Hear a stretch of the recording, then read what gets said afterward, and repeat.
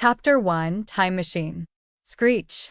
The shrill screeching caused by braking resulted in the friction between the tires, and the road sounded right in front of the city's most popular Black Leopard bar. The Jeep that belonged to Team 7 of the Army's Special Unit, regarded as the best of the best, suddenly stopped. Amid the cheers and laughter, Xang Shalong and his 3 teammates grabbed the grills and jumped down from the car. After 3 months of intensive training in body and warfare in the Gobi Desert, they finally have 3 days of leave. If they do not thoroughly enjoy life now, they would be letting down their parents who gave birth to them. Xang Shalong is 20 this year. His skin glowed with a healthy tan because of his long hours under the sun. He may not be considered a handsome young man, but with his height nearing 2 meters, broad shoulders, trim waist and long legs, firm muscles with not an inch of excess fat, agile and smart eyes, pencil-straight nose, perfectly rounded cheekbones, square face, matched with a lazy smile that seems to flirt with women, he definitely has the qualities that will pique the interest of any girl. Just as they were about to enter, there was chaos and a mess of bodies landed on the ground amidst claps and curses. It was their teammates Xiaozhang and Manyo, stubborn cow, who came earlier being thrown out of the door and landing in a heap. They were groaning to get up, and although this is usually a very simple act, but now to these 2 top agents of the special unit, it's a very difficult task. The expression on the 4's faces changed, and they rushed forward to help the 2 of them up.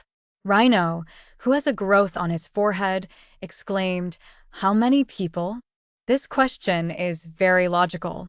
Xiao Zhang and Manyo, like them, belong to Team 7's special unit. They are picked amongst the best in the whole army to receive special training as a crack team, and specialized in handling all kinds of dangerous situations like anti-terrorist missions, entering hostile countries to carry out assassination attempts or saving lives, protecting important political people, etc. Their training includes the use of various weapons, unarmed combat, resistance training, survival training, and various spying techniques. In fact, the aim is to train them into becoming supermen. Even 10-odd brawny men may not be able to harm even a single hair on them. But since other teams have always been jealous of them, they find it an honor if they are able to take down members of Team 7. So it's quite normal for fights to break out whenever they're on leave and having drinks, but this is the first time that they have actually been thrown out of the door. Xiaozhang regained some of his senses, opened his bruised eyes, and when he saw it's Xang Shalong helping him up, he exclaimed with joy, "Brother Long, go and back us up quickly." Everyone in the team addressed Xang Shalong as Brother Long, not because he's older, but because he's the sharpshooter of the team, champion of freestyle boxing, and the fittest among them. Manyo panted and pointed towards the inside of the bar and said, "It's Team 841's instructor Blackface Deity.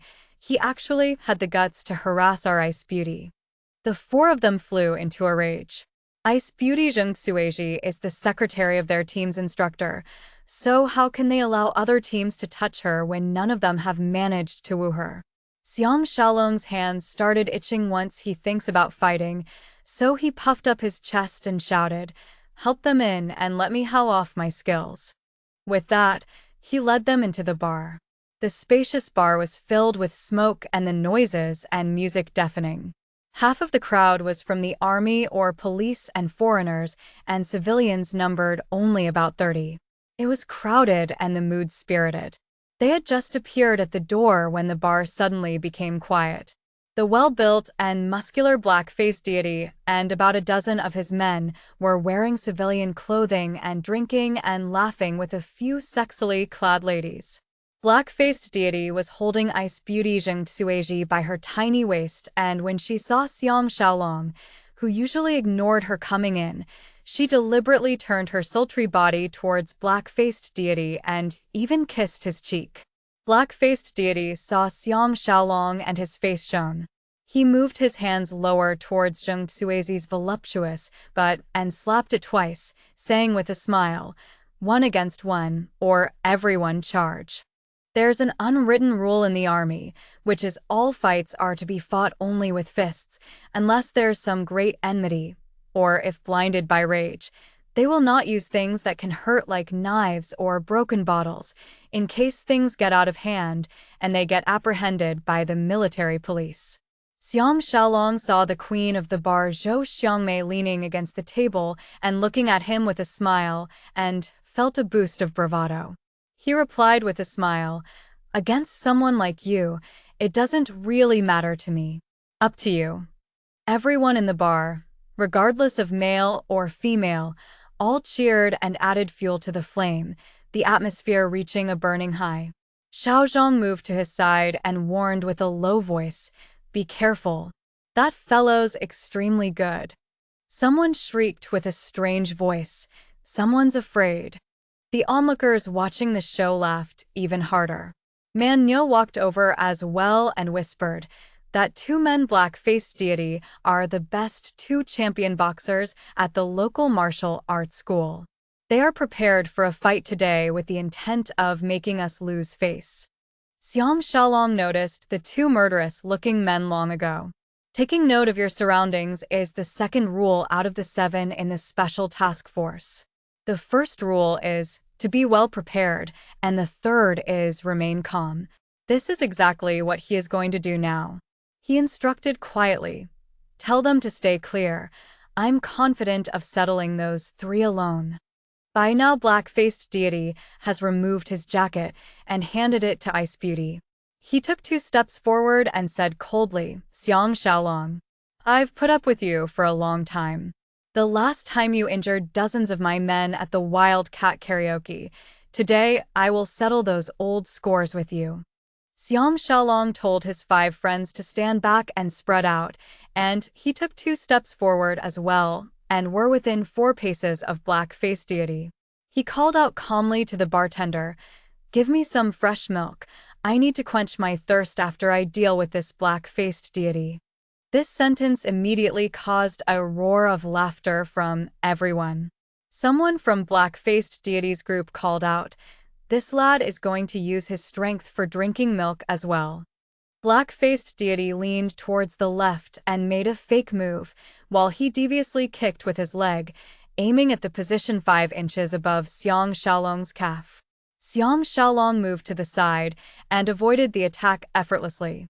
When the crowd saw that they're finally fighting, they started cheering and adding fuel to fire. Black-Faced Deity roared and rushed forward with the speed of lightning, crouched when he got near and both his fists struck out towards the chest. Xang Shalong took another step back and avoided the enemy's fists.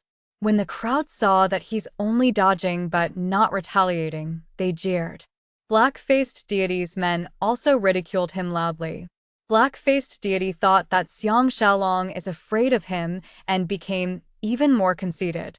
He suddenly stuck out his middle finger and, taking advantage of his lead, rushed forward and aimed a punch at his nose. Xang Shalong was thinking to himself how good that he's coming.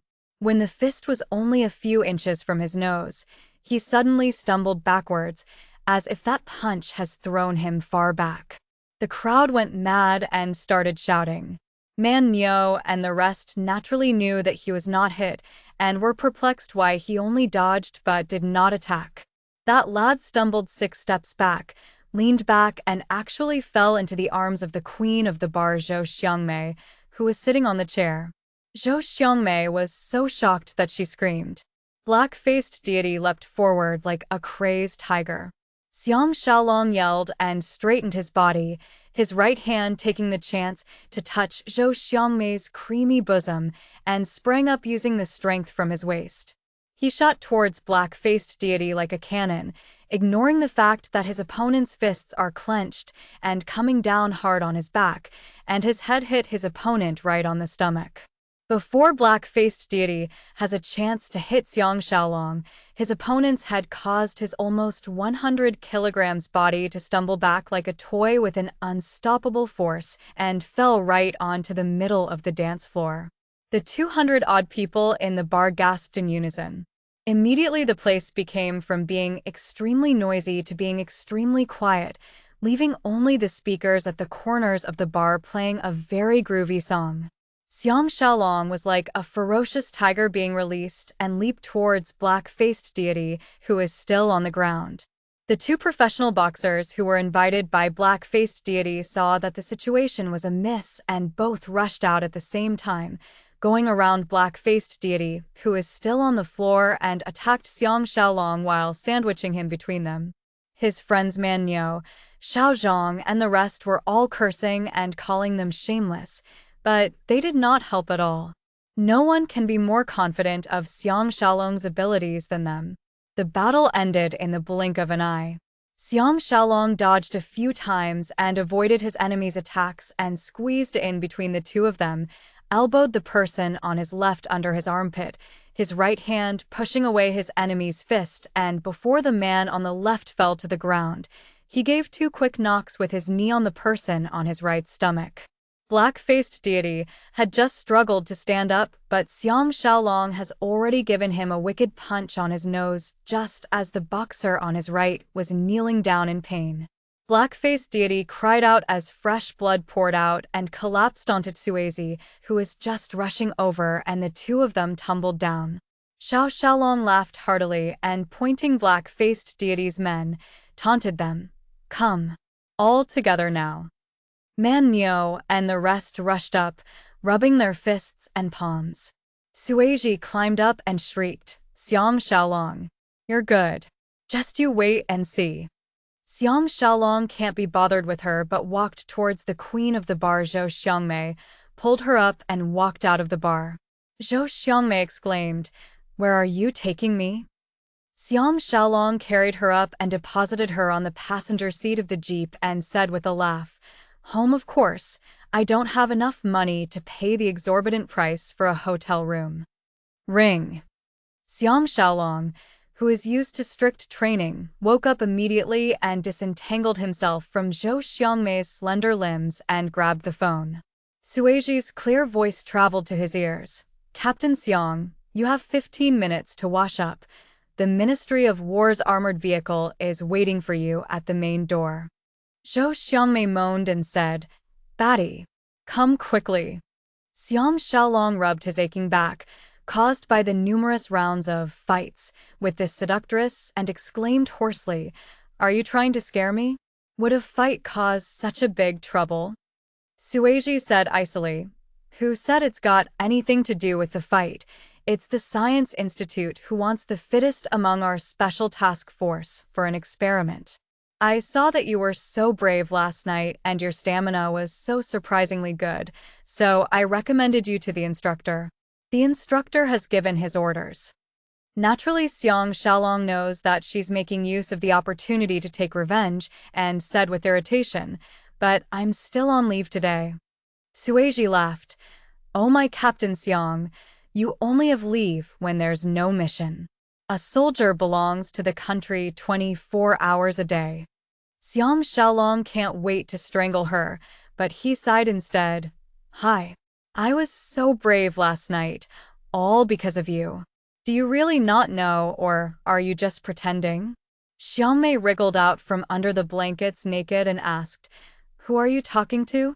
Xang Shalong hurriedly signaled her to keep quiet. The other end of the line was silent for a moment, before a soft voice said, "You're lying." Xang Shalong covered Zhou Xiangmei's tiny mouth with one hand and glibly replied, "Why would I lie to you? Xang Shalong, thinks about you day and night. I just did not say it out. Do you know?" "You." Tsuezi interrupted him, "All right. We'll talk about that later. You'll only be a lab mouse for 1 day maximum. I'll find someone else the next time. Get changed quickly. Pack." And she hung up. The armored vehicle stopped outside the main door of the heavily guarded Science Institute, and Xang Shalong was escorted inside like a prisoner by 4 soldiers and passed over to the security at the research department. He was immediately brought to a hospital ward filled with medical equipments, and after going through a thorough body checkup, the doctor signed the papers with satisfaction, and the nurse pushed him out of the room. Lying on the hospital bed, Xang Shalong objected, "I'm not sick. I can walk on my own." The nurse is obviously very interested in him and smiled as she walked and said, "Be a good boy. I know you're not sick. In fact, you're stronger than a bull." Xang Shalong could not change his character and he immediately flirted, "Hey, what's your name and how can I find you?" The nurse rolled her eyes at him and did not reply. Doors opened one by one in front, and the nurse pushed him deep into the building until they reached a lift. 8 security guards were standing guard next to the lift door, and they took over Xang Shalong. Xang Shalong felt a shiver in his heart and wondered what kind of experiment could this be? Why would the laboratory be in an underground cell at the Science Institute? The lift descended by more than 10 floors before it stopped. Xang Shalong was pushed out by the guards and, after passing a few heavily guarded doors, came to a spacious hall. Xang Shalong looked around and sat up in shock. He saw on one end of the 30 meters hall a huge metal object that looked like an iron furnace right in front of him. All sorts of equipment filled the hall, and it looked like the cabin of a huge spacecraft. 100-odd male and female researchers dressed in white coats were busy working with various equipments.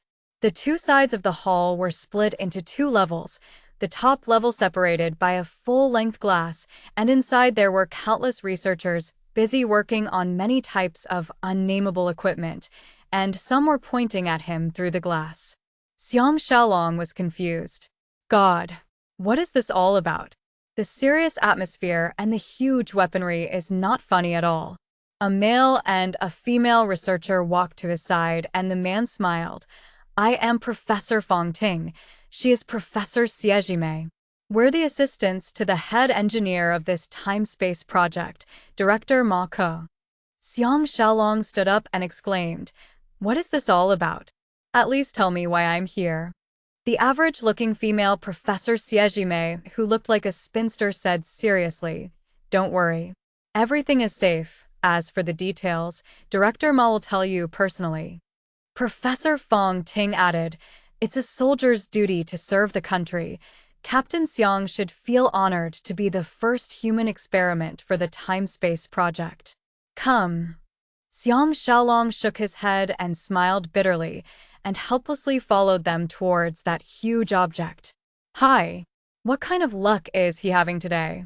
Xang Shalong lay down in a human-shaped gold box, his hands, legs, waist, and neck all secured by straps, and became an experiment target at their mercy.